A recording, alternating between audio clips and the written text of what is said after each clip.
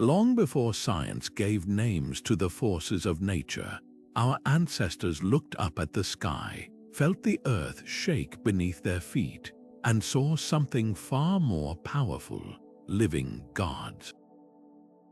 Picture standing on a windswept cliff thousands of years ago, watching storm clouds gather over the ocean.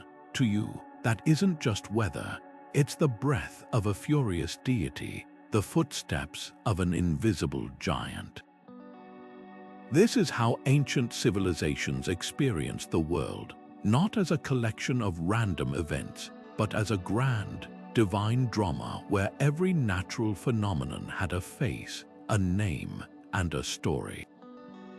Today, we're stepping into their shoes to explore 22 forgotten natural phenomena that weren't just feared or admired, they were worshipped.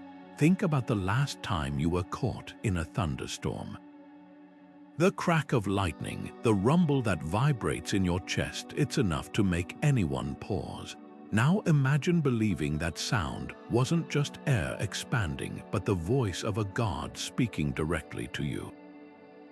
Across continents and cultures, from the deserts of Egypt to the fjords of Scandinavia, people didn't just explain nature, they revered it. The flicker of fire wasn't chemistry, it was a gift stolen from the gods. The sunrise wasn't astronomy, it was a daily miracle performed by a chariot riding across the sky. These weren't primitive guesses, they were profound, poetic ways of understanding a world far more mysterious and alive than our modern minds often remember. This journey isn't just about listing old myths, it's about rediscovering the awe that connected humanity to the earth and sky. We'll meet gods born from volcanoes, spirits hiding in the whisper of reeds, and celestial beings dancing in the auroras. Some of these deities were kind, bringing rain for crops or guiding sailors home. Others were terrifying, demanding sacrifices to hold back their wrath. But all of them reveal something universal: the human need to find meaning in the forces that shape our lives. So take a moment to quiet the noise of the modern world, and let's travel back to a time when nature wasn't just something to study, it was something to worship. There's something primal about the way a storm rolls, in the way the air grows heavy, the sky darkens, and the first distant rumble of thunder sends a shiver down your spine. To ancient civilizations, that shiver wasn't just fear, it was reverence. Thunder wasn't an atmospheric disturbance, it was the voice of a god.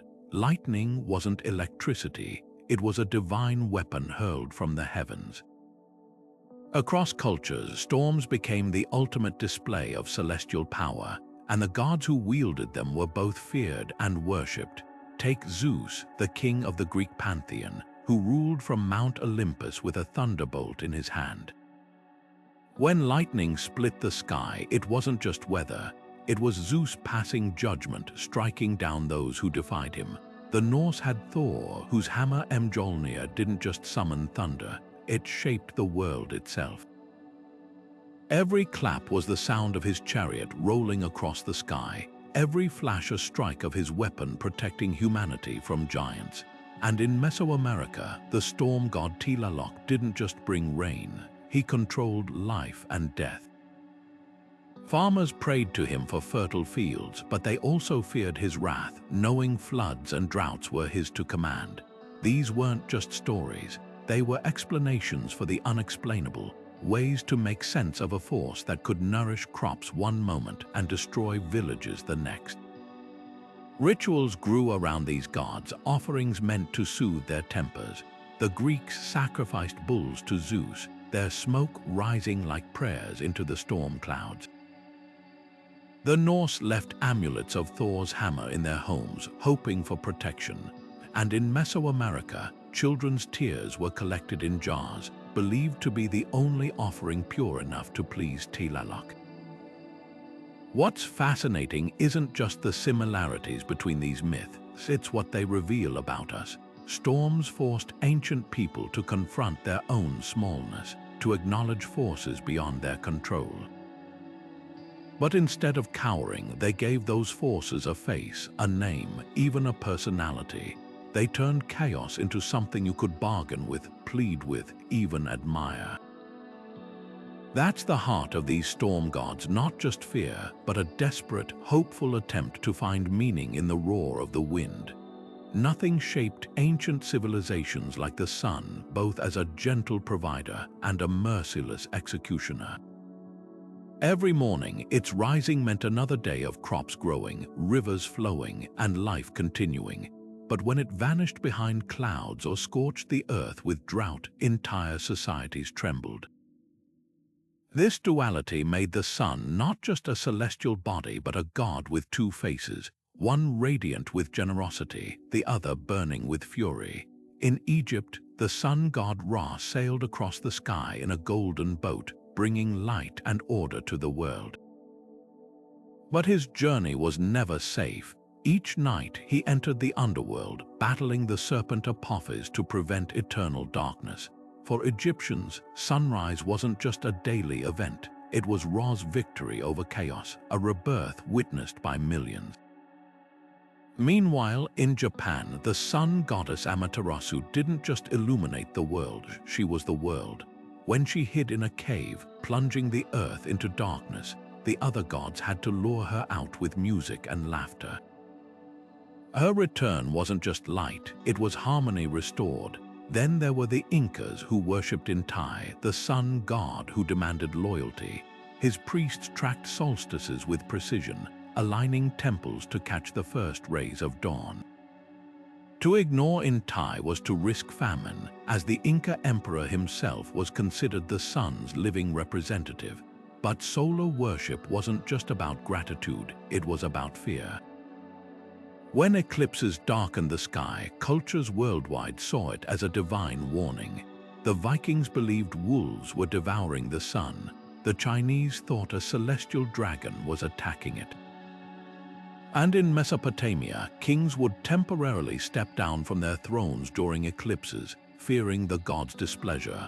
The sun's rhythms became humanity's first clock, shaping calendars that dictated planting, harvests, and holy days. Stonehenge's stones align with solstices. The pyramids point to Orion, Ra's companion in the night sky.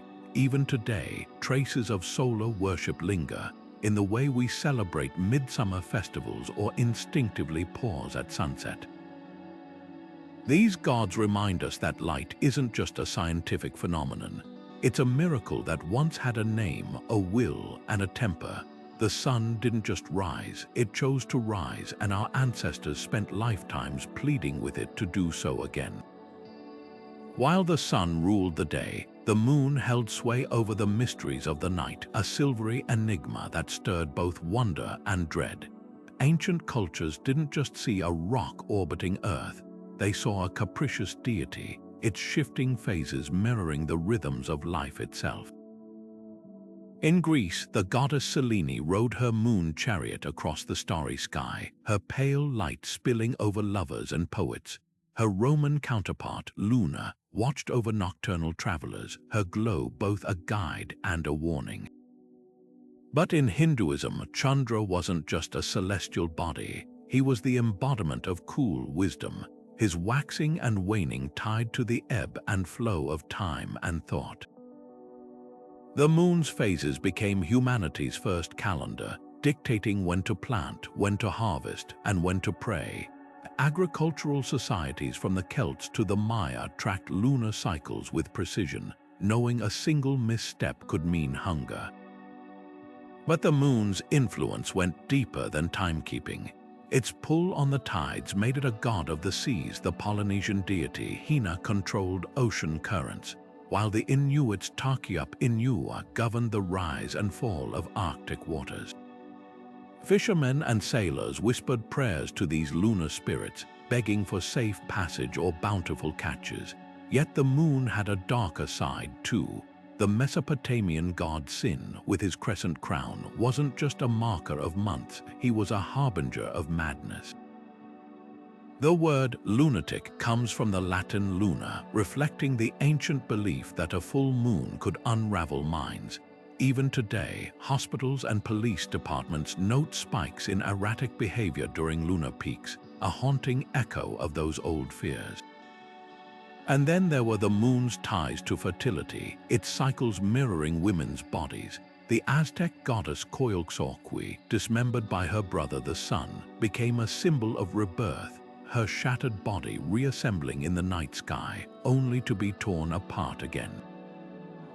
What's striking is how these myths transcended geography. The Chinese moon goddess Chang drank an elixir of immortality, floating forever in solitude, a tale that mirrors Japan's Kaguya-hime, a celestial princess torn between heaven and earth. These stories weren't just folklore, they were explanations for the moon's eerie, otherworldly glow. Why did it change shape? Why did it tug at the seas? Why did it seem to whisper secrets in the dead of night? Our ancestors answered these questions with gods who were just as mysterious, just as untamable as the moon itself. Even now, when science has mapped its craters and walked its surface, the moon hasn't lost its magic. We still howl at werewolf legends, still make wishes on crescent moons, still feel that primal pull when its light falls across our faces. The moon gods may have faded from worship, but their legacy lingers in our poetry, our myths, and that quiet, unshakable sense that the night sky is watching back. The ocean has always been humanity's greatest paradox, a vast, life-giving womb and a tomb of unimaginable terror. To stand on the shore is to stand at the edge of the unknown, where the horizon swallows the sun and the waves whisper secrets in a language older than civilization itself.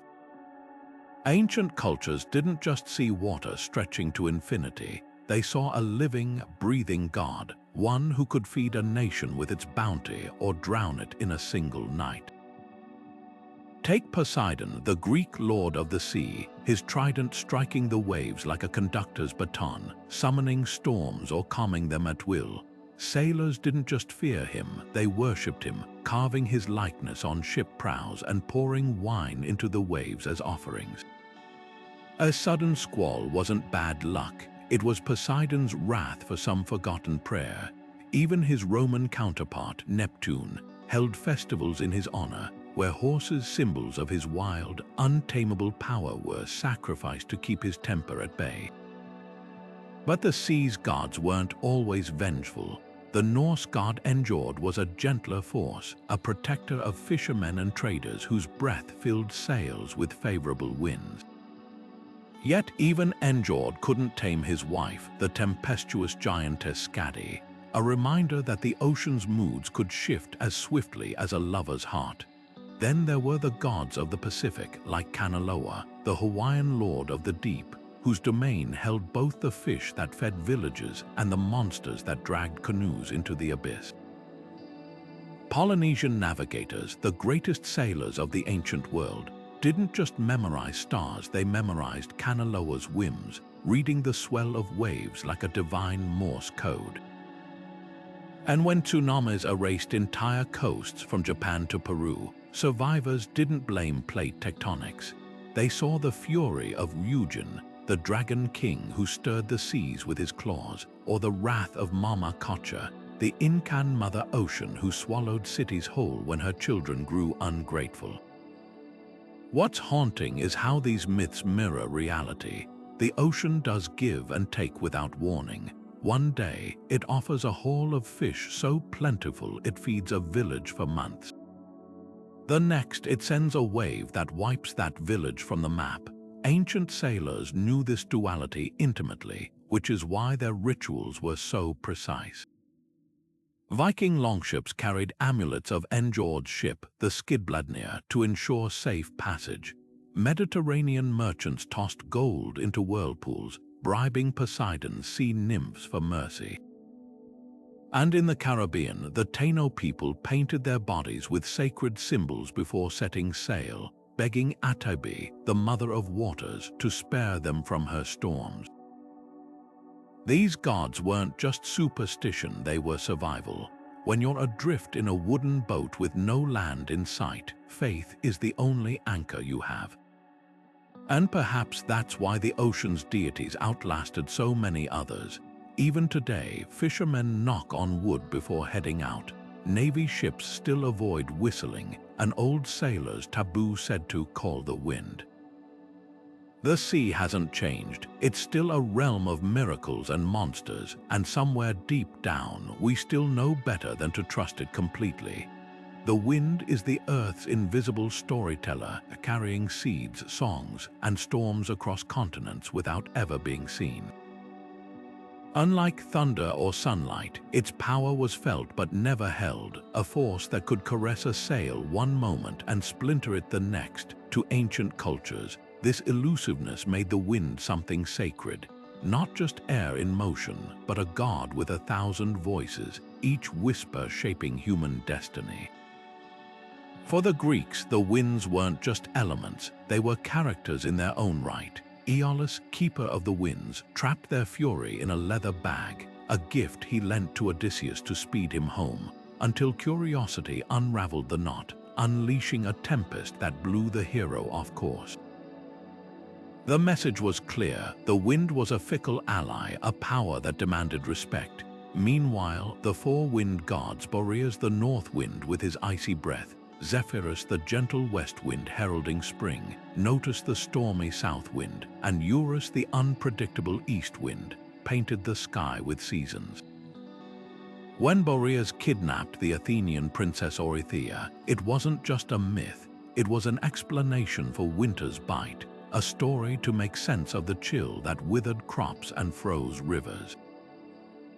Half a world away, the Hindu god Vayu rode the wind like a chariot, his breath not just moving air but the very pulse of life. In the Vedas, he was the first being to taste the nectar of immortality, a reward for his role in creation. To inhale was to draw in Vayu's essence, to exhale was to release a prayer. But Vayu wasn't solitary. His son Hanuman, the monkey god, could leap mountains because the wind itself carried him. Here, the breeze wasn't just a force, it was lineage, a divine thread connecting gods and mortals. Then there were the Navajo, who spoke of Nilchi, the holy wind, a spirit that didn't just blow but thought. It carried wisdom into the lungs of medicine men, its directions whispered in the rustle of leaves. To ignore Nilchi's guidance was to invite chaos, a lesson woven into rituals where sand paintings were deliberately scattered, a reminder that change, like the wind, could erase and renew in the same breath. Even in the Pacific, where navigators read stars like maps, the wind was a living guide. The Polynesian god La Mau Mau controlled the gusts, his invisible hand pushing canoes toward new islands or stranding them on reefs.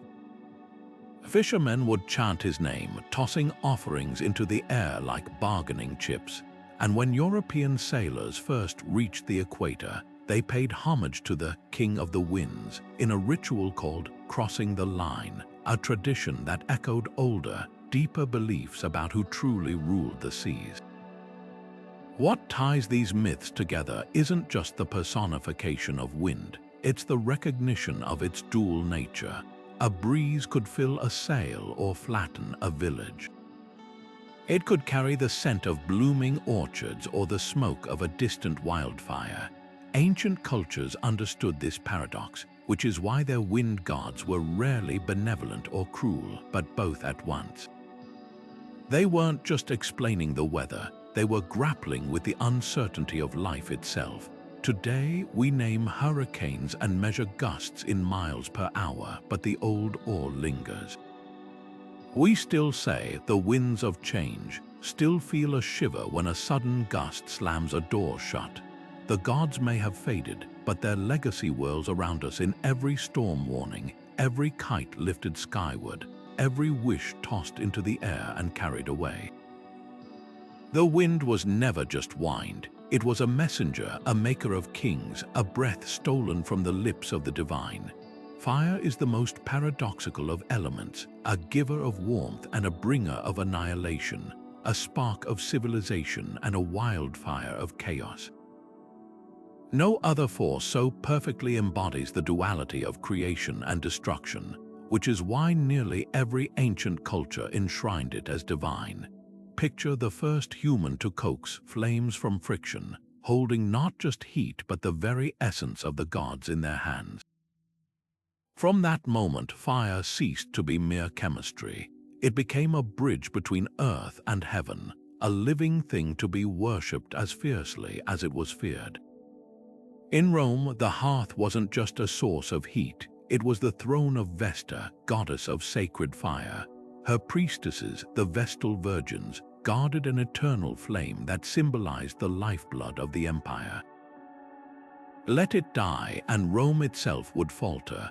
Across the Mediterranean, the Greeks told of Hestia, whose gentle flames welcomed travelers into every home. Her fire wasn't just practical, it was a covenant of community, a promise that no guest would ever be turned away. Even today, we unknowingly echo these rituals, lighting candles for birthdays, gathering around campfires, keeping porch lights on for loved ones. But fire's divinity burned brightest in Hinduism, where Agni, the god of flame, served as messenger between mortals and the divine. Every sacrificial offering ghee, grains, prayers rose to the gods through his crimson tongues. Agni wasn't just a force, he was a witness present at weddings, funerals, and births, his flickering light marking life's great transitions. And when yogis mastered tapas, the inner fire of discipline, they weren't just training their bodies, they were channeling Agni's purifying power. Then there were the fires no human could control, the volcanoes that cracked open the earth like divine wrath. In Hawaii, the goddess Pele embodied this untamable fury. Her lava flows weren't disasters, they were her passionate dances, reshaping the land with every step. Offerings of flowers and chants still appease her at Kilauea's edge, where locals know the ground itself is her body. Similarly, the Aztecs revered Xiuhtecuhtli, the turquoise lord whose volcanic breath could erase cities. His temples blazed with eternal flames, mirrors of the molten rivers beneath the earth. Fire's sacred role extended beyond myth into daily survival. Zoroastrians built temples around Atish Bayrams. Fires kept burning for centuries, their emblems of divine wisdom. The Celts' Beltane fires purified cattle and crops, while Slavic pagans leaped over flames to cleanse their souls. Even in destruction, fire carried purpose. The phoenix rising from ashes wasn't just a story but a metaphor ingrained across cultures, that endings are beginnings in disguise. What's striking is how these beliefs persist beneath modern science. We still speak of fiery tempers and burning passion, still gather around candles in moments of reverence.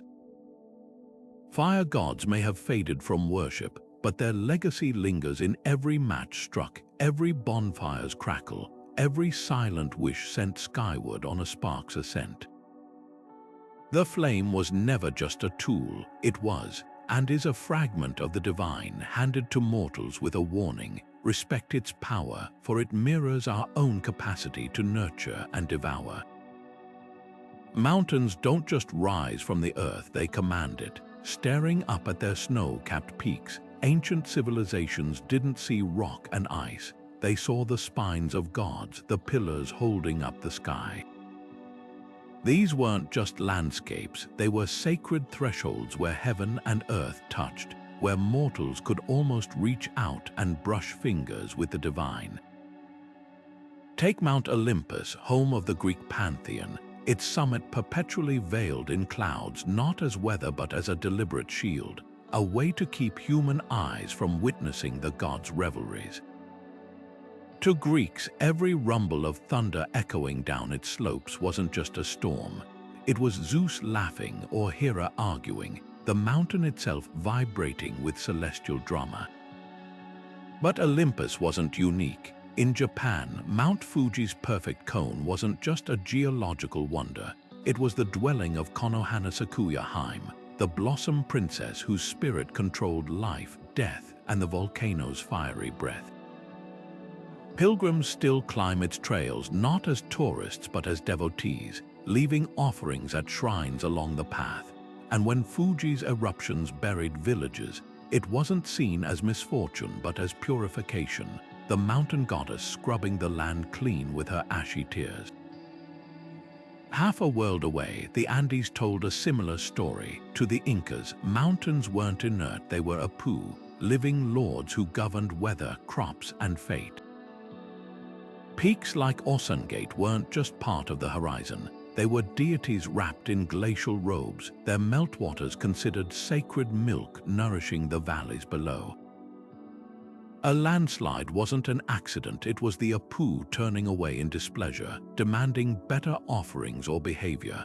The symbolism ran deeper than mythology. Mountains were the ultimate paradox, unshakably permanent yet constantly changing with seasons and eruptions. They became symbols of endurance, their peaks mirroring the human aspiration to rise above the mundane. In Hindu tradition, Mount Meru wasn't just a mountain but the axis of the universe, its roots in hell and its summit brushing paradise. Tibetan Buddhists still circle Mount Kailash in prayer, believing a single orbit erases a lifetime of sins. Even the Bible's Mount Sinai became a divine meeting place, where smoke and lightning hid a god dictating laws to mortals. What's fascinating is how these beliefs shaped real-world actions. The Inca sacrificed children on icy summits, their frozen bodies preserved as eternal messengers to the gods. Maori warriors carved taniwha, dragon-like spirits, into New Zealand's cliffs to guard sacred sites. And in the Alps, farmers hung bells on their cattle to appease the wild mountain spirits, fearing avalanches would follow any disrespect. These weren't just stories, they were survival tactics, ways to explain disasters science couldn't yet unravel. Today, we map mountains down to the last pebble, but their magic lingers. Climbers still speak of the call of the peaks, that inexplicable pull toward thin air and treacherous slopes. National parks protect ranges once considered divine, their trails echoing with old prayers. The gods may have left their thrones, but the mountains remain silent, towering, and humbling. They remind us that some forces are too vast to ever fully conquer, too ancient to ever fully understand. In their shadow, we're still just visitors, treading lightly on ground that was never really ours to claim. Rivers have always been more than water. They were the pulsing veins of the earth, carrying life, history, and divinity in every current. To stand by the Nile as it flooded its banks wasn't just to witness a natural cycle. It was to see the god happy at work, his swollen waters depositing black silt that meant another year of bread, another year of survival. The Nile didn't just flow, it gave, and Egyptians worshipped it with hymns carved into temple walls. Hail to you, happy, who comes to keep the land alive. Yet that same river could turn treacherous, its droughts collapsing dynasties. This duality, life-giver and destroyer, made river gods some of the most complex and revered figures in mythology. In Rome, the Tiber was no mere waterway but a deity named Tiberinus, his waters marking the city's sacred boundaries. When the river flooded, it wasn't just erosion, it was a divine warning, a sign the gods were displeased. Legend says Tiberinus himself saved the infant Romulus and Remus, cradling them in his currents until a she-wolf found them. To cross the Tiber was to cross into destiny, a truth echoed in the ritual of the Arge, where straw effigies were tossed into the river as offerings to cleanse the city of its sins. Even Rome's greatest generals would pause before battles to pour wine into the Tiber, bargaining for his favor. But no river holds quite the same reverence as the Ganges in Hinduism.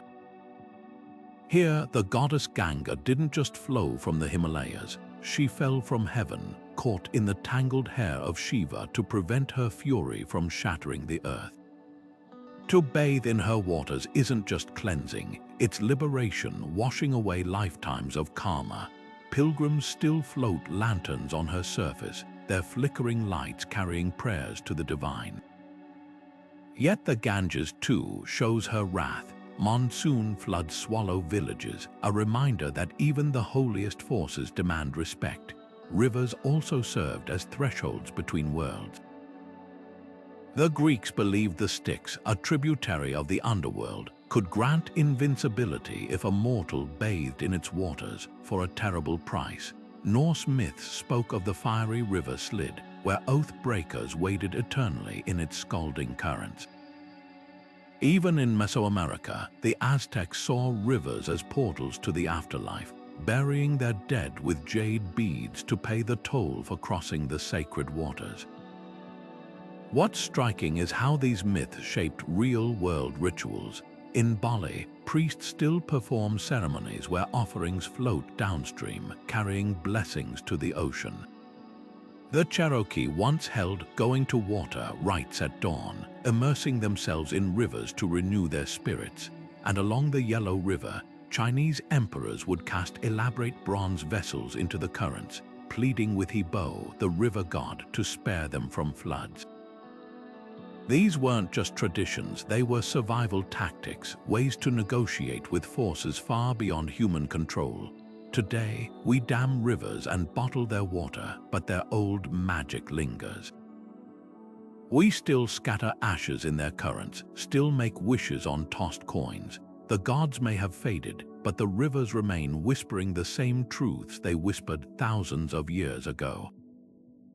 That water is more than a resource, it's a covenant, a power that gives and takes with the same relentless hands. To stand by a river isn't just to stand by water.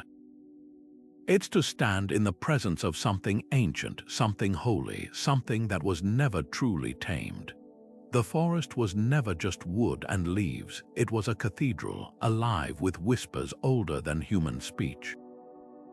To step beneath its canopy wasn't entering a collection of trees but a kingdom of spirits, each trunk a pillar holding up the sky, each root a thread woven into the underworld.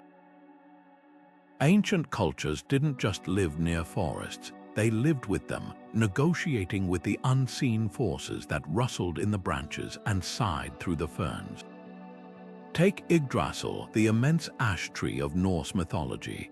Its roots stretched into the realms of gods, giants, and the dead, while its branches cradled the 9 worlds. This wasn't just a symbol, it was the axis of existence, a living bridge between all things. When Vikings carved runes into oak bark or hung offerings from its limbs, they weren't decorating a tree, they were petitioning the universe itself. Similarly, the Celts believed certain oaks were portals to the otherworld, their gnarled trunks hiding doorways only druids could unlock. To cut one down wasn't just logging, it was sacrilege, a severing of the veil between realms. But the sacredness of trees went beyond mythology. In Japan, the Kodama spirits of ancient trees were said to bless those who honored them and curse those who harmed them. Villages marked these trees with sacred ropes, treating them as elders of the forest. A grove wasn't just a cluster of plants, it was a council of spirits, their wisdom passed down through generations. Even the act of deforestation carried cosmic weight. The Maori of New Zealand believed felling a totara tree without ritual would unleash taniwha, protective dragons who'd exact vengeance for the insult. Groves doubled as temples, open-air sanctuaries where the divine was palpable. The Greeks worshipped in the olive groves of Olympia, their leaves crowning victors as blessings from Athena. The Slavs held ceremonies in birch circles, their white bark symbolizing purity and renewal. And in West Africa, the Iroko tree was considered so powerful that its wood was forbidden for ordinary use, reserved only for carving masks that channeled ancestral voices. These weren't just places of prayer, they were intersections where the human and the holy met. Some trees served as oracles, their very bodies channels for prophecy.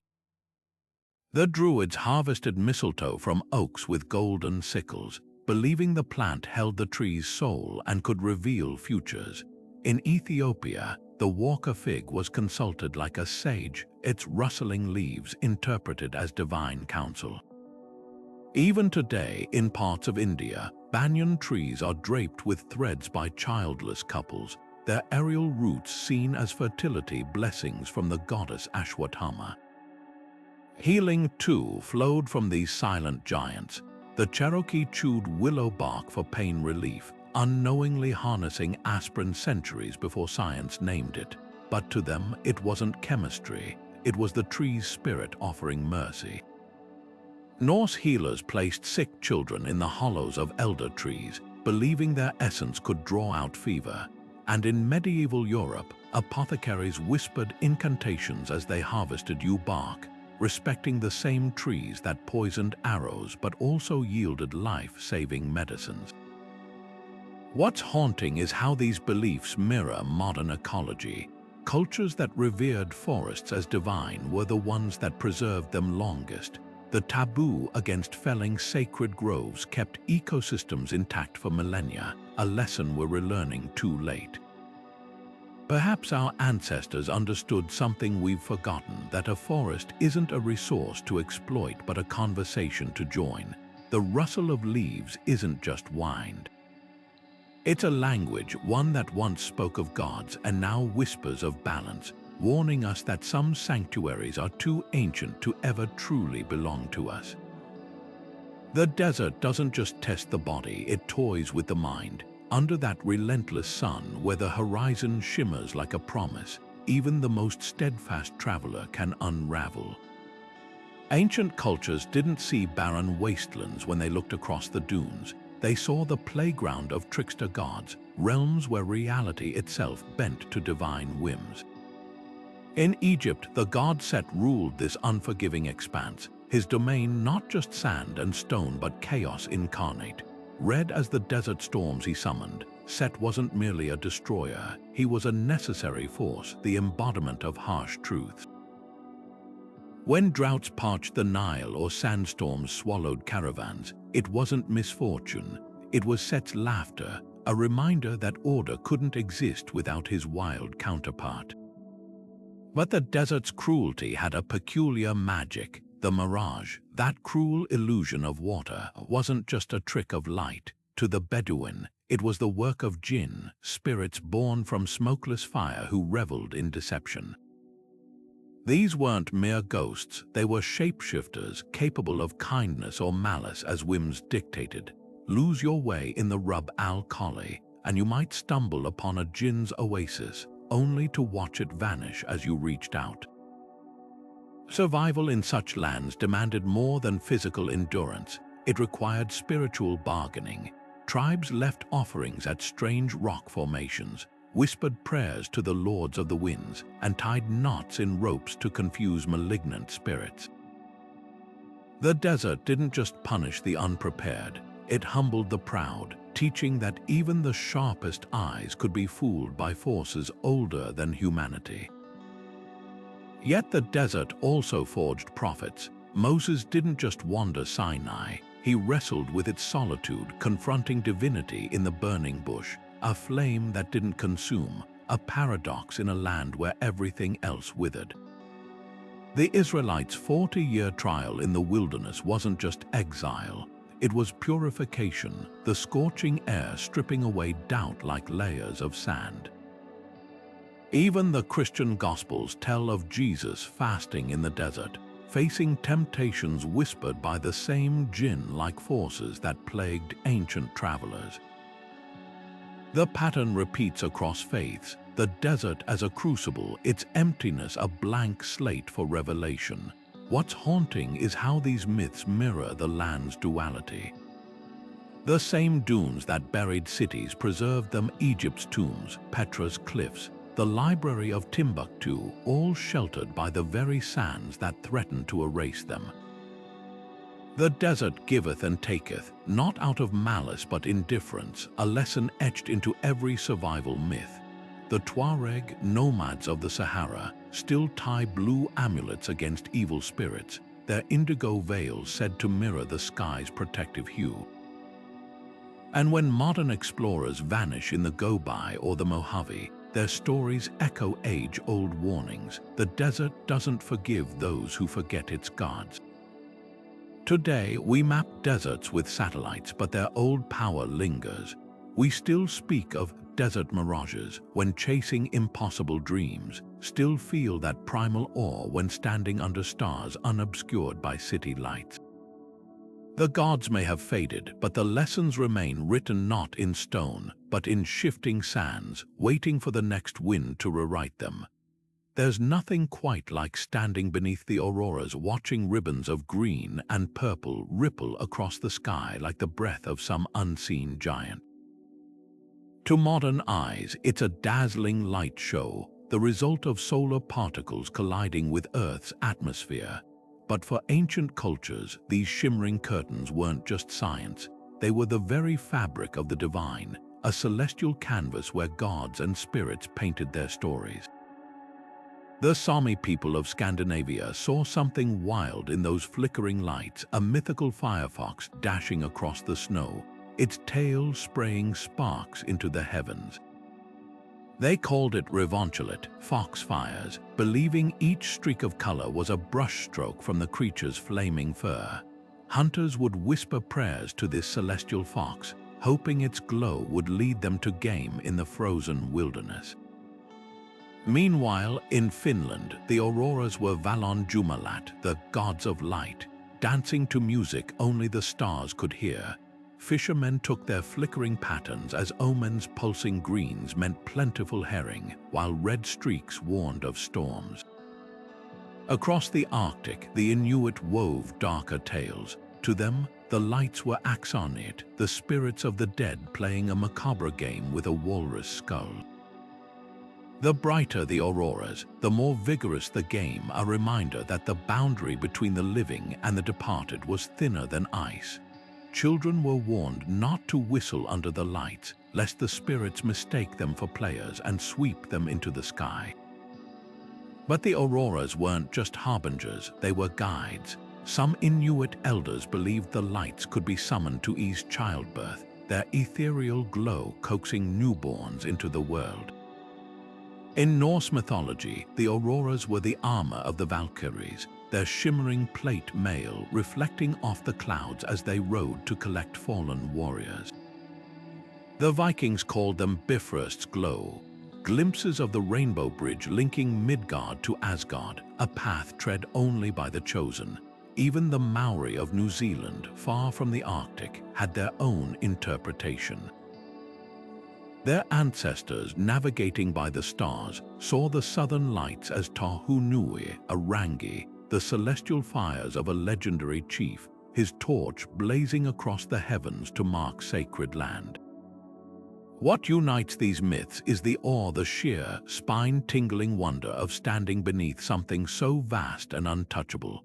The auroras didn't just light up the sky. They lit up the human imagination, becoming portals to other worlds, messages from ancestors, or battles between cosmic forces. Today, we photograph them with satellites and explain them with physics, but that old magic lingers. Watch them long enough, and you might just forget the science. See not particles, but Valkyries. Not magnetism, but foxes. Not phenomena, but proof that the sky was never empty. It was always alive. Rain was never just weather. It was the difference between feasts and famine, between life and dust. Ancient civilizations didn't watch the skies for precipitation. They prayed to them, bargaining with gods who held the power to green the earth or scorch it barren. In Aztec mythology, Tlaloc wasn't just a rain god. He was a paradox wrapped in storm clouds. His mask, goggle-eyed and fanged, adorned temples where children's tears were collected in jars, offerings pure enough to coax rain from his celestial realm, Tlalocan. But his gifts came with strings. Too little rain and crops withered. Too much and his floods swallowed villages whole. The Aztecs didn't curse these deluges. They saw them as cosmic resets, moments when Tlaloc washed the world clean for a new beginning. Egypt's rain deity, Tefnut, wielded similar duality. As the lioness-headed goddess of moisture, her breath was the morning dew that revived deserts, yet her absence brought the relentless sun of drought. Myths say she once fled to Nubia in rage, leaving Egypt parched until her father, Ra, sent Thoth to coax her back with jokes and flattery. The lesson was clear: rain wasn't guaranteed. It was a fragile pact between mortals and the divine. Even the Nile's floods, though predictable, were celebrated with the festival of Opet not just as natural events but as Tefnut's cyclical return, her tears refilling the river. Rituals to summon rain were as varied as the cultures that performed them. The Pueblo peoples of North America danced the snake dance, live serpents clasped in teeth, their zigzag motions mirroring lightning to beckon storms. In China, dragon processions snaked through drought-stricken villages, the creatures' scales glistening with water thrown by crowds, symbolizing the clouds they begged the dragons to summon. And in Africa, the Zulu sang to Umvelinkangi, the sky god, while pounding the earth with sticks mimicking thunder to remind him of his duty. These weren't mere superstitions, they were acts of sympathetic magic, a way to show the gods what was needed by embodying the elements themselves. Floods, though devastating, carried sacred symbolism. The Mesopotamian epic of Gilgamesh frames the Great Deluge not just as punishment but as renewal, a chance to wash the world like a copper pot and start anew. Hindu texts describe Varuna, the rain god, using floods to cleanse sins, his waters lifting souls toward moksha. Even the Bible's Noah story echoes this theme, destruction as a prelude to rebirth. Societies built around rivers, the Tigris, the Ganges, the Yangtze, developed flood myths not just to explain disasters but to justify them, turning terror into theology. What's haunting is how these beliefs shaped resilience. The Maya, knowing Tlaloc's caprice, engineered vast reservoirs at Tikal to outlast droughts. The Egyptians mapped the stars to predict floods, their calendars aligning with Sirius's rise, which heralded the Nile's surge. These weren't just survival tactics, they were acts of faith, proof that humanity could collaborate with the divine rather than cower before it. Today, we seed clouds with chemicals and track storms with radar, but the old reverence lingers. Farmers still glance heavenward at the first rumble of thunder. Children still dance in puddles like tiny priests of some forgotten rite. The gods may have faded, but the rain remains, a reminder that the line between blessing and catastrophe is as thin as a raindrop and just as precious. The ground beneath our feet was never as solid as it seemed, not when the gods beneath it could wake in fury. Earthquakes weren't just tremors to ancient cultures. They were the footsteps of giants, the thrashing of imprisoned titans, or the tantrums of deities who ruled the unseen world below. When the earth split open, it wasn't geology at work. It was a divine message written in cracks and rubble. In Greece, Poseidon wasn't just the god of the sea. His title, Earthshaker, revealed a darker domain. When he drove his trident into the ground, cities crumbled like sandcastles. The Greeks didn't just fear his wrath, they built temples to appease him, knowing his anger could swallow whole armies. Even Athens, named for Athena, kept a shrine to Poseidon beneath the Acropolis, a silent plea to steady his hand. But Poseidon wasn't alone in his power. The Titans, buried under volcanoes and fault lines, were said to stir in their prisons, their struggles sending shockwaves through the world. Every quake was a reminder the old gods weren't gone. They were biding their time. Japan told a different story. Here, earthquakes were the work of Namazu, a colossal catfish trapped beneath the islands. The god Kashima kept him pinned with a stone, but when Kashima's attention wavered, Namazu would thrash, his tail whipping the earth into chaos. After disasters, people would print catfish pictures as both satire and solace, images of Namazu being subdued by gods or samurai, a way to laugh through the terror. But there was reverence too. Fishermen left offerings at shrines built over fault lines, hoping to calm the beast below. The Maori of New Zealand spoke of Uamoko, the unborn god of earthquakes. Still in his mother's womb when she was cast into the underworld, his kicks and rolls became the tremors that shaped the land. To the Maori, quakes weren't destruction. They were birth pangs, the earth rearranging itself under Uamoko's restless energy.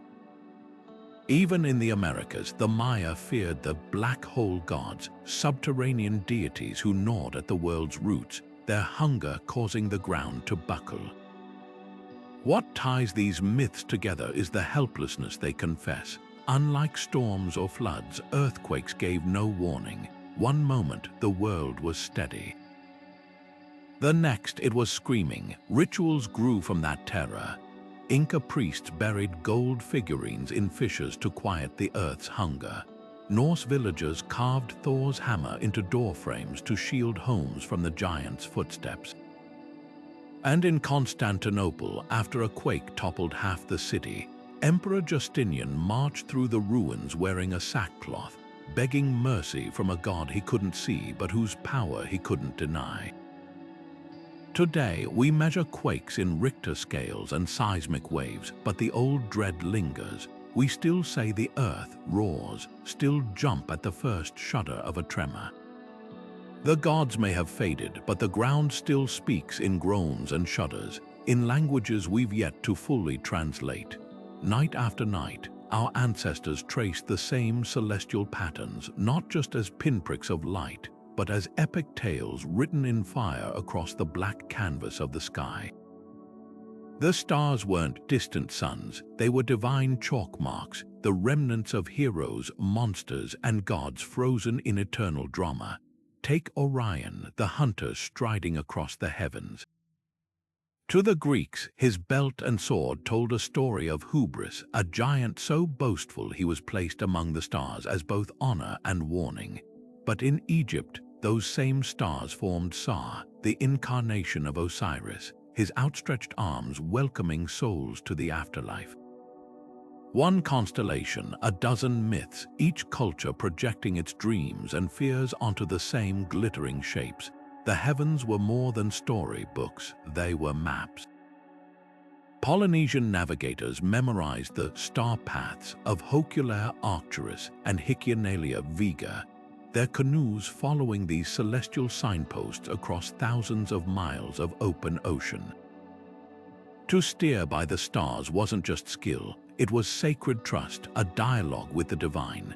The Maori of New Zealand called the Milky Way Te Ikaroa, the long fish that guided their ancestors' waka canoes to Aotearoa. Even the desert nomads of Arabia tracked Thuban, the ancient North Star, its faint glow a lifeline in seas of sand. These weren't just tools, they were celestial ancestors whispering directions to those who knew how to listen. Astrology wove science and spirit into a single tapestry. In Babylon, priests tracked Venus as Ishtar, her movements dictating wars and weddings. China's Weaver Girl and cowherd stars, Vega and Altair, were lovers separated by the Milky Way, allowed to meet just once a year when magpies formed a bridge on the 7th day of the 7th month.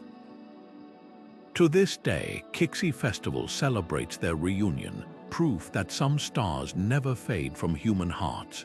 The Maya went further, aligning their pyramids with Venus's cycles, believing its risings heralded both agricultural cycles and omens of blood. What's mesmerizing is how these stories persist. We still point to Orion's belt, still wish on shooting stars believed by the Norse to be sparks from Valkyrie's armor. Modern astronomy charts the same skies, but the old magic lingers.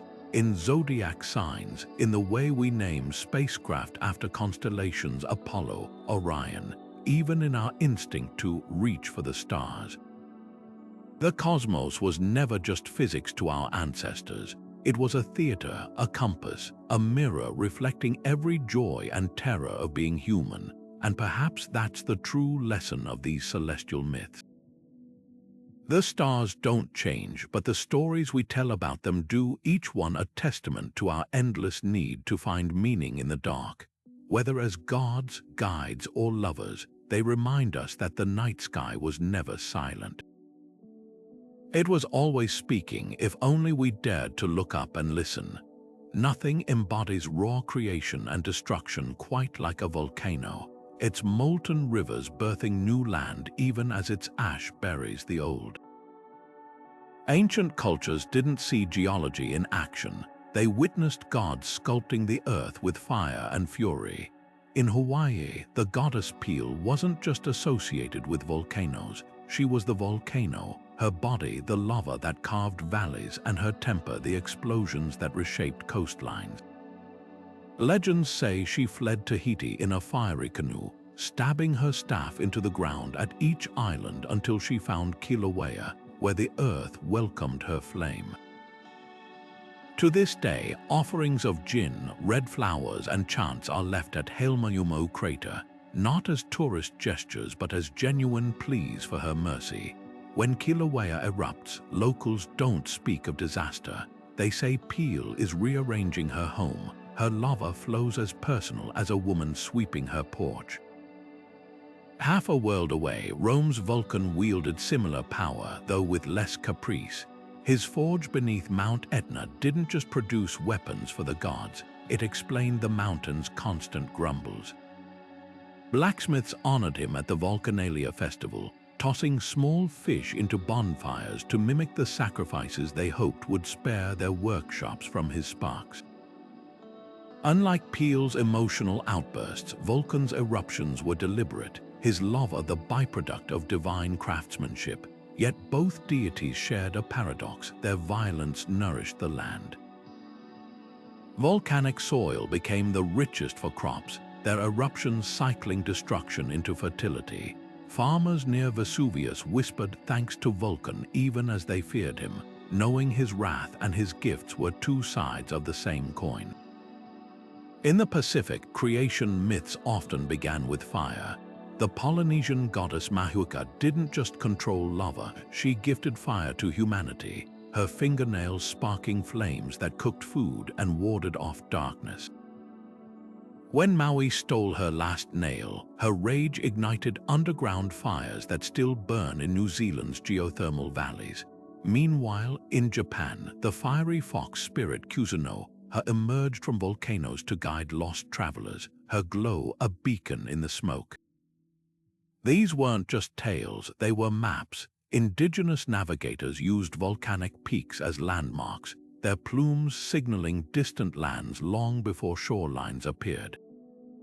What's striking is how these myths mirror reality. The Icelandic eruption of Laki in 1783 didn't just kill crops, it birthed the grim Mathuharðindin, the mist hardships, reshaping climate and history. The Aztecs recorded the birth of the Zitl volcano in their codices, its lava entombing Cuicuilco as neatly as Pompeii. Today, we monitor magma chambers with seismographs, but the old reverence lingers. Scientists still refer to Kilauea's lava as Pele's hair and tears, their language unconsciously echoing the goddess's presence. Volcano gods remind us that creation is rarely gentle. New Earth isn't paved, it's forged, its birth pangs as violent as they are necessary. The same fires that erase villages also build islands, their ashes the cradle for future forests. Perhaps that's why these deities endure not just as explanations, but as metaphors. To live near a volcano is to live with the sublime, to kneel at the altar of forces too vast to control but too vital to ignore. The ground may cool, but the stories never do. They simmer beneath the surface, waiting for the next eruption. Winter didn't just arrive, it descended like a god's verdict, turning rivers to stone and breath to smoke. In the Norse world, Skadi wasn't merely a goddess of snow. She was winter incarnate, her name meaning shadow or destruction. Tall as a pine and just as unyielding, she glided across mountains on skis made of bone, her bowstring humming with the same bitter wind that cracked trees in half. When she wept for her slain father, the giant Thjazi, Her tears froze into the first icicles, a myth that captures winter's duality. Her grief brought beauty, her sorrow sculpting glittering daggers from eaves. Yet she was no villain. Norse hunters left offerings of meat at frozen springs, knowing Skadi's favor meant game to track and safe passage through blizzards. Even her marriage to the sea god Njord, though doomed, symbolized the uneasy truce between ice and water, a seasonal dance of thaw and freeze. Slavic myths took a darker turn with Manannán, the goddess of winter's end, but also of death itself. Dolls woven from straw bore her likeness, only to be drowned or burned in spring rituals, a symbolic murder to hasten winter's retreat. Manannán wasn't just cold, she was decay, the silence beneath the snow where life went to sleep. Yet even she had purpose. Farmers buried grain in frost-hardened earth, trusting her grip to preserve it until spring's return. Her frost was a paradox, a killer of weaklings, a preserver of seeds. The same ice that starved wolves also kept cellars stocked with meat through lean months. Solstice festivals worldwide celebrated light's victory over this frozen grip. The Romans feasted during Saturnalia, when slaves dined with masters and candles defied the year's longest night. In Persia, Yalda night saw families gather around pomegranates and fires, telling stories until dawn to outlast darkness. These weren't just parties, they were acts of defiance, reminders that winter's reign was temporary. The Inuit honored Sedna, the sea goddess whose severed fingers became seals and whales, her underwater rage causing ice floes to fracture.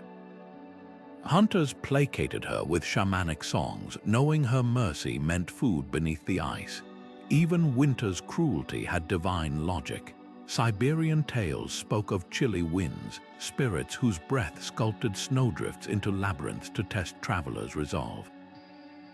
Japanese Yuki Onna, the snow woman, froze wanderers with her kiss, yet sometimes spared those who showed kindness, her heart thawing like a river in April. These stories didn't just explain the cold, they made it bearable. To name the frost was to wrestle some control from it, to turn blind suffering into a narrative with rules, even mercy. Today, we curse snowstorms as inconveniences, but the old awe lingers. We still string lights against December's gloom, still feel that primal relief at winter's first thaw. The gods may have melted into folklore, but their lessons remain. That darkness passes, that ice preserves as much as it destroys, and that even the longest night holds a promise. Spring is listening, waiting its turn. Rainbows aren't just refracted light, they're bridges between worlds, painted across the sky by gods who refuse to let heaven and earth stay separate. In Greek mythology, Iris didn't just ride the rainbow. She was the rainbow, her multicolored robe trailing behind her as she carried messages from Olympus to mortals. Sailors would spot her arch over the waves and know the gods had spoken, sometimes with warnings, sometimes with promises. Her very name meant messenger, but her palette told a deeper story. The rainbow wasn't just a path, it was a covenant, proof that the divine still touched the mundane.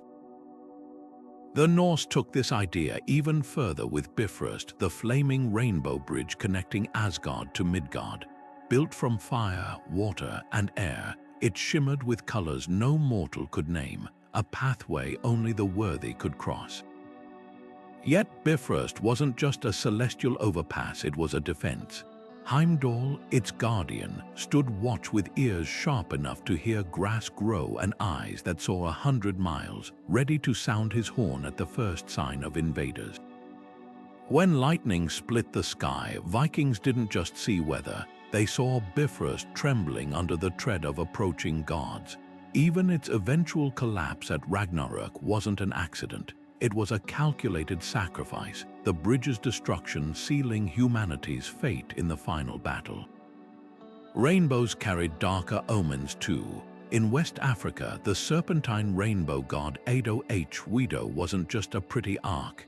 He was the cosmic support beam holding up the sky. When he shifted his coiled body, earthquakes shook the land. His hunger for iron bars, fed to him by the creator goddess Mau, explained why rainbows vanished after storms. They were Ado H. Wido retreating, his appetite temporarily sated. Similarly, Aboriginal Australians saw the rainbow serpent Ungud as both creator and trickster, his winding body carving rivers into the earth but his moods bringing floods or droughts. To spot a rainbow over water wasn't just a spectacle, it was Ungud drinking, his thirst capable of draining entire billabongs, yet rainbows also signaled hope. In the Bible's Genesis, the rainbow was God's bow set aside after the flood, a weapon of wrath retired in favor of mercy. Chinese legends spoke of Nuwa mending the broken sky with rainbow-colored stones, her patchwork becoming the first auroras. Even science bows to these old myths. Newton originally identified 5 rainbow colors but added 2 more to match the musical scale, as if light itself had to harmonize with the universe's hidden order. What's mesmerizing is how these stories transcend time. Today, we know rainbows are water and light, yet we still gasp when one appears after a storm. We still point like children, still search for pots of gold at their ends. The gods may have faded, but the bridge remains not just between air and earth, but between wonder and wisdom, between the stories we told and the truths we've uncovered. To see a rainbow isn't just to see physics at work. It's to glimpse a language older than words, written in hues no palette can replicate. The tide doesn't ask permission. It takes and gives with a rhythm as old as the moon itself.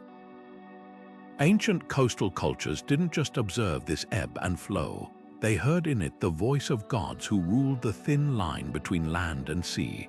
For the Celts, that voice belonged to Manannán mac Lir, a deity as mercurial as the waters he commanded. Cloaked in mist and riding a chariot pulled by horses that could gallop across waves, Manannán wasn't just a god of the sea. He was the tide's living embodiment.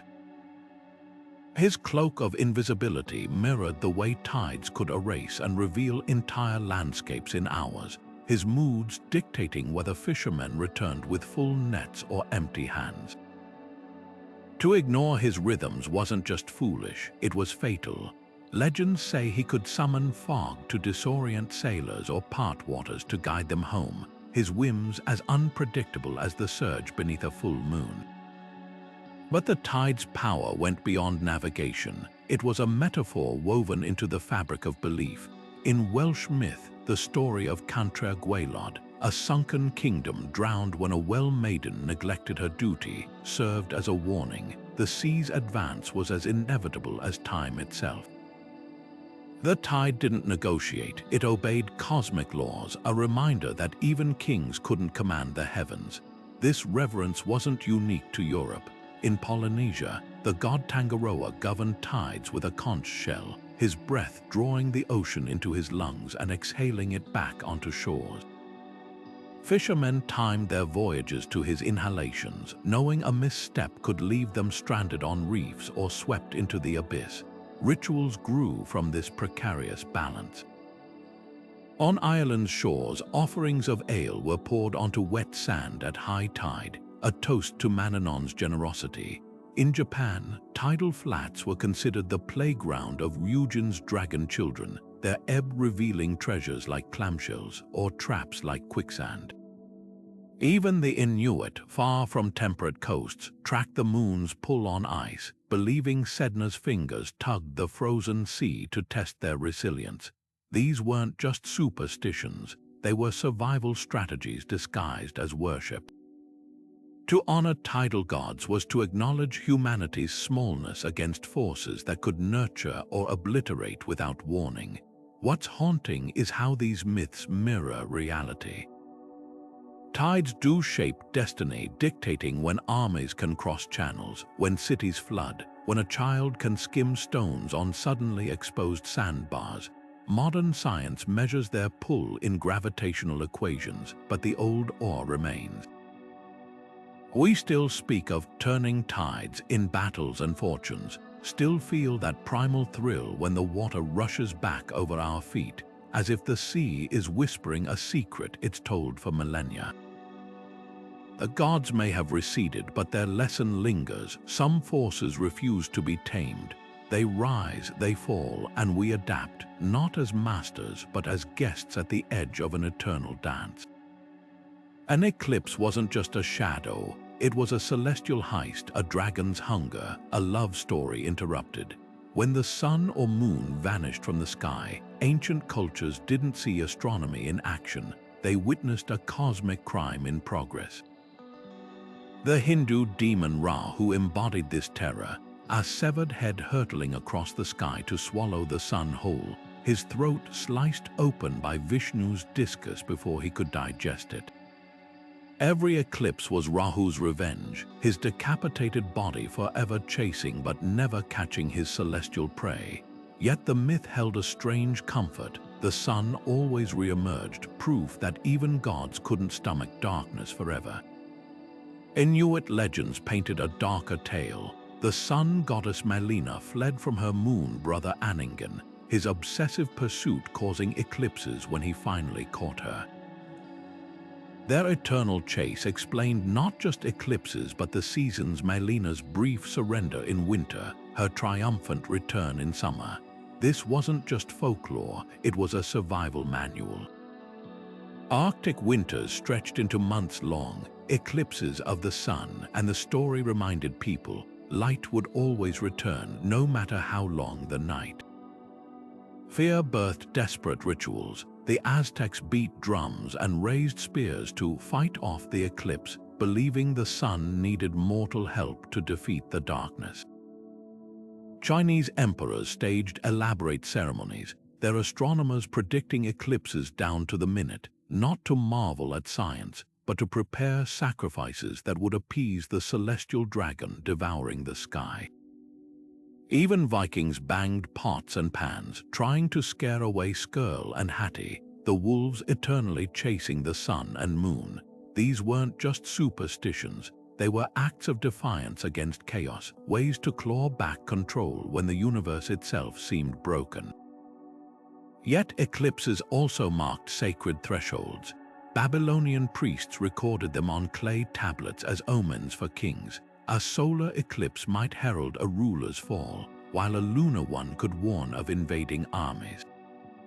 The Maya wove eclipses into their ball games, timing rituals so the death of the sun mirrored the symbolic rebirth of players. Even today, India's devout fast during eclipses, believing food cooked under the darkened sky carries misfortune. Science may have demystified the mechanics, but the old awe lingers in the way crowds still gasp when day turns to twilight, how animals fall silent, how the air chills as if the world itself is holding its breath. Eclipses were the ultimate paradox, meticulously predictable yet utterly terrifying, a reminder that the universe follows rules we didn't write.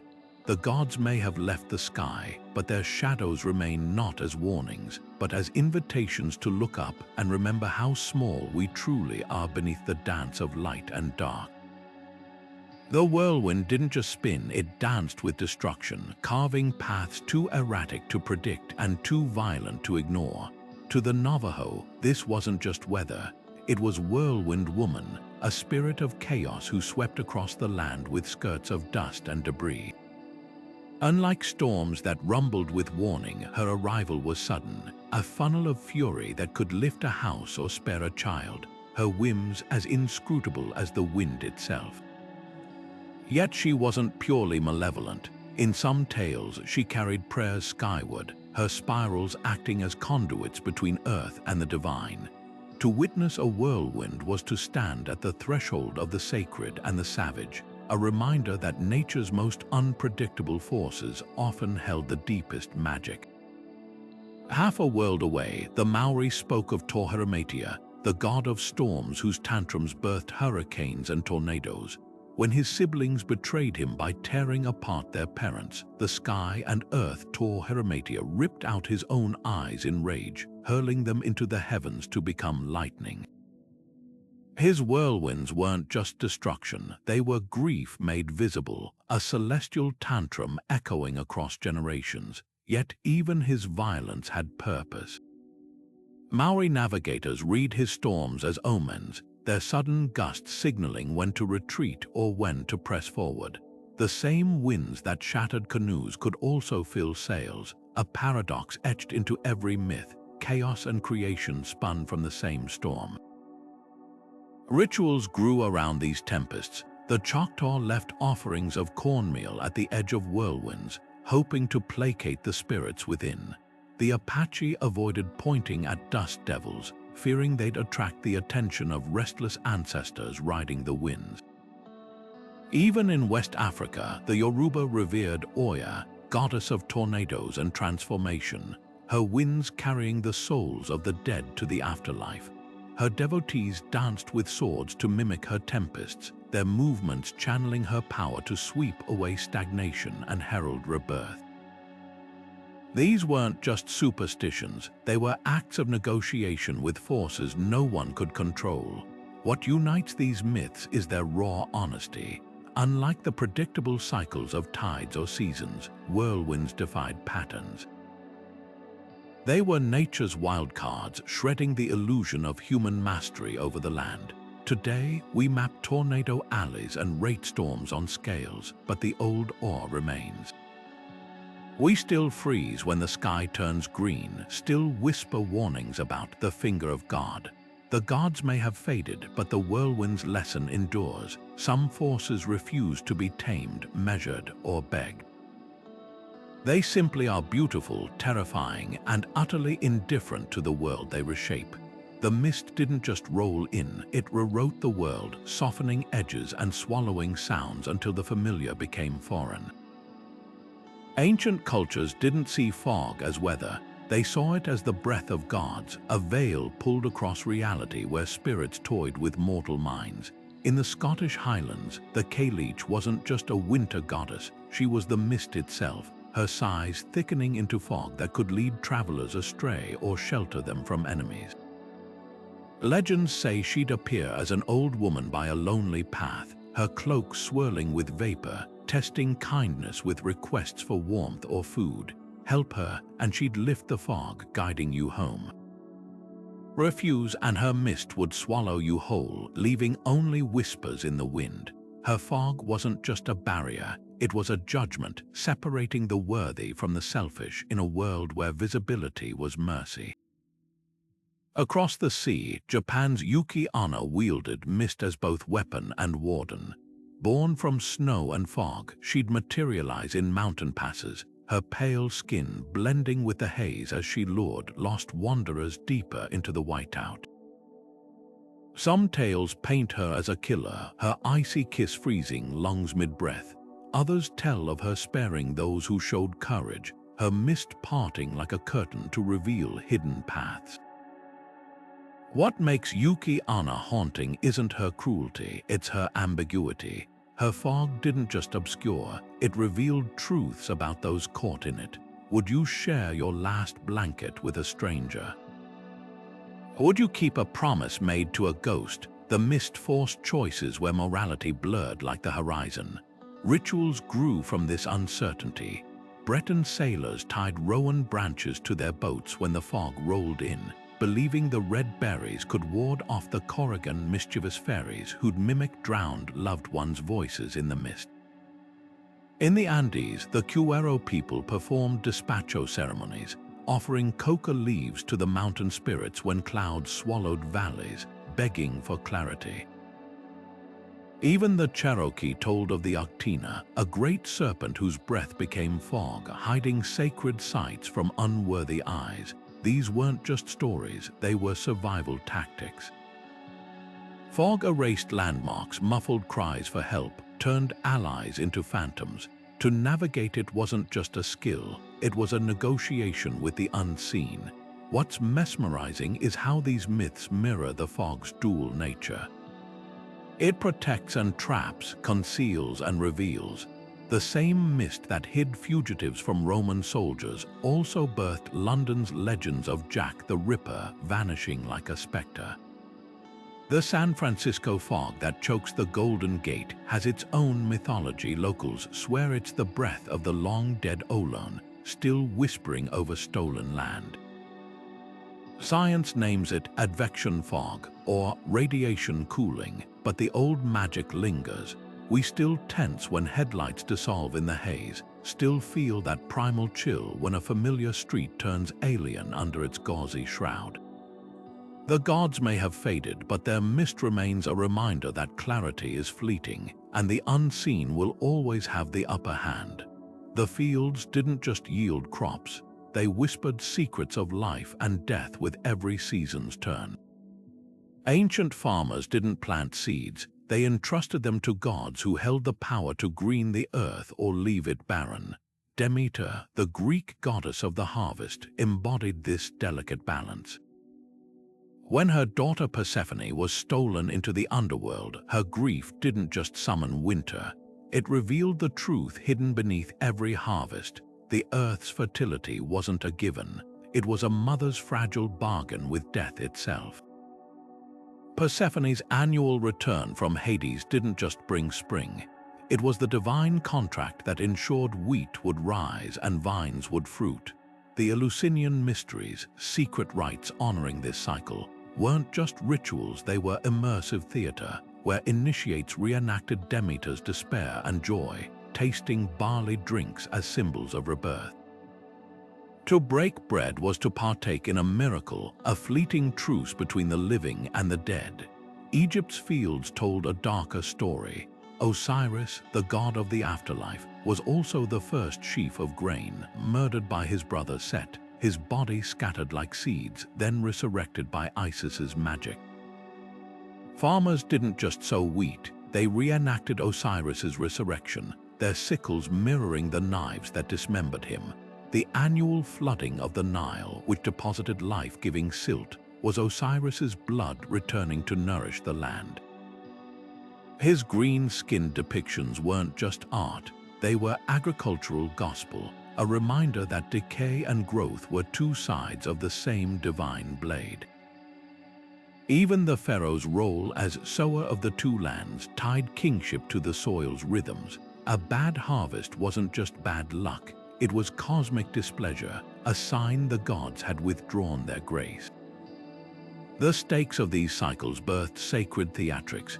In Rome, the Robigalia festival saw red dogs sacrificed to ward off wheat rust, their blood a plea to Robigus, the blight god.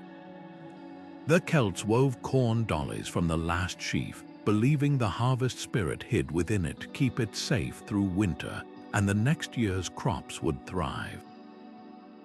In Japan, the rice goddess Inari's foxes guarded granaries, their stone statues fed with fried tofu to ensure abundance. These weren't superstitions, they were survival strategies wrapped in divinity, ways to confront the terrifying truth that no amount of toil could guarantee food without the gods' cooperation. What's haunting is how these myths mirror reality. Famine was death, drought was the gods turning away. The Lappish people's Bale, the sun goddess who restored sanity after endless winter nights, wasn't just poetry, she was medicine. Her return celebrated with reindeer milk to prevent starvation-induced psychosis. The Aztec maize god Sentiotle's gruesome death and rebirth mirrored the tortilla, as journey from seed to stomach, a daily sacrament written in sweat and cornmeal. Today, we measure harvests in bushels and calories, but the old reverence lingers. We still say, breadwinner, still toast to good health, still feel that primal relief at the first ripe tomato of summer. The gods may have faded, but their lessons remain. Every bite is a covenant with forces we'll never fully control, a fleeting taste of a world where life and death need the same dough. The field was never just dirt and labor. It was the closest thing to heaven our ancestors could touch. These ancient gods of nature never truly vanished. They simply changed forms, their essence woven into the fabric of our modern world in ways we rarely notice. Walk through any museum and you'll find them staring back from canvas and stone. Botticelli's Birth of Venus isn't just a painting. It's the Mediterranean's foam-born goddess stepping onto Renaissance shores, her golden hair mirroring the sun's rays that once belonged to Apollo. The stormy skies in Turner's seascapes, those are Thor's thunderclouds, filtered through Romanticism's awe of nature's fury. Even Disney's Mona resurrects Polynesia's ocean deity Te Fiti, her volcanic heart a nod to Peele's creative destruction, proof that these old forces still stir our storytelling DNA. Language, too, is littered with divine fingerprints. When we say Tornado Alley or volcanic temper, we're invoking the personalities ancient cultures gave to natural forces. The word panic comes from Pan, the Greek god whose unseen presence in forests sparked primal fear. Zephyr, meaning a gentle breeze, was once Zephyrus, the west wind god who whispered to Hyacinthus.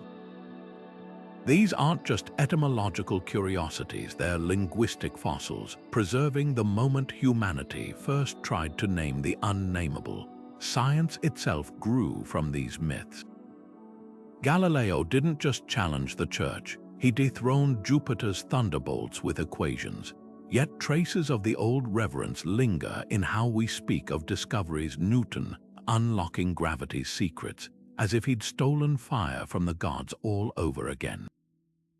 Modern meteorology might map hurricanes with satellites, but we still give them human names, a subconscious echo of the Aztecs naming storms after deities. Even space telescopes carry mythic names like Juno and Cassini, as if acknowledging that the cosmos still feels more like a pantheon than a vacuum. Our holidays are pagan rituals in disguise. Christmas lights mirror Yule's fires, lit to coax back the winter-slain sun god. Easter eggs hearken to Ostara's fertility symbols, painted to honor the earth's resurrection. Mexico's Day of the Dead blends Catholic saints with Mictlantecuhtli, the Aztec death goddess who once guarded bones. These aren't coincidences, they're proof that old gods adapt, their rituals surviving long after their temples crumble.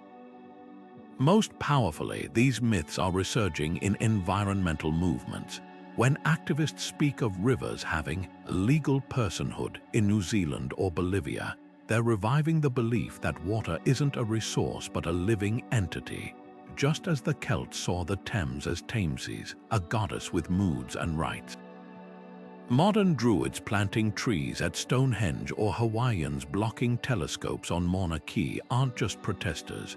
They're priesthoods of the old ways, demanding we remember what our ancestors knew, that lightning isn't just electrons and forests aren't just lumber. The gods may have left their altars, but their lessons about balance, respect, and consequence are roaring back to life in the age of climate crisis. So the next time you feel your pulse quicken at a thunderclap or pause to watch a sunset, know this: you're not just reacting to weather or light, you're remembering. The awe our ancestors felt hasn't vanished. It's been buried under concrete and screens, waiting for the right moment to surface. The old gods didn't die, they went underground, and now, as the planet itself cries out for reverence, they're stirring in our blood once more. As we step back from these 22 faces of nature's divinity, it's clear they were never just characters in forgotten stories. They were humanity's first scientists, poets, and philosophers' attempts to explain a world that felt alive with intention. The thunder wasn't just noise, it was Zeus holding court. The river wasn't just water, it was Happy's bloodstream. These myths did more than entertain. They taught survival, morality, and wonder in equal measure. When the Maori avoided cutting sacred totara trees or the Greeks poured wine into the Tiber, they weren't following empty rituals. They were negotiating with forces far beyond their control, acknowledging that humanity's dominion over nature was, and still is, a fragile illusion. There's a haunting beauty in how these stories transcended borders. The sun gods of Egypt and Japan shared the same fearsome generosity. The storm deities of Norway and Mesoamerica wielded lightning with identical caprice. This wasn't coincidence, it was proof that awe is universal. Whether standing on a wind-swept cliff or a bustling city street, we all feel that primal shiver when the sky darkens or the ground trembles. Our ancestors simply had the courage to name it, yet these myths aren't relics, they're blueprints. When modern environmentalists fight for rivers' legal rights or Hawaiians protest telescopes on Mauna Kea, they're reviving an ancient truth. Nature isn't a resource to exploit, but a relationship to honor. The old gods may have traded temples for textbooks, but their lessons echo in every climate warning, every conservation effort, every time we pause to watch a sunset instead of scrolling past it. So as the screen fades and the modern world rushes back in, carry this thought forward. The next time you feel rain on your skin or hear waves crash, try seeing them as the ancients did, not as weather, but as whispers. The earth is still speaking in the language of gods. The question is, are we still listening? Drop your favorite phenomenon from this journey in the comments. Was it Peel's volcanic fury or Skadi's icy rain? The conversation doesn't end here. Hit subscribe because mythology isn't just about the past.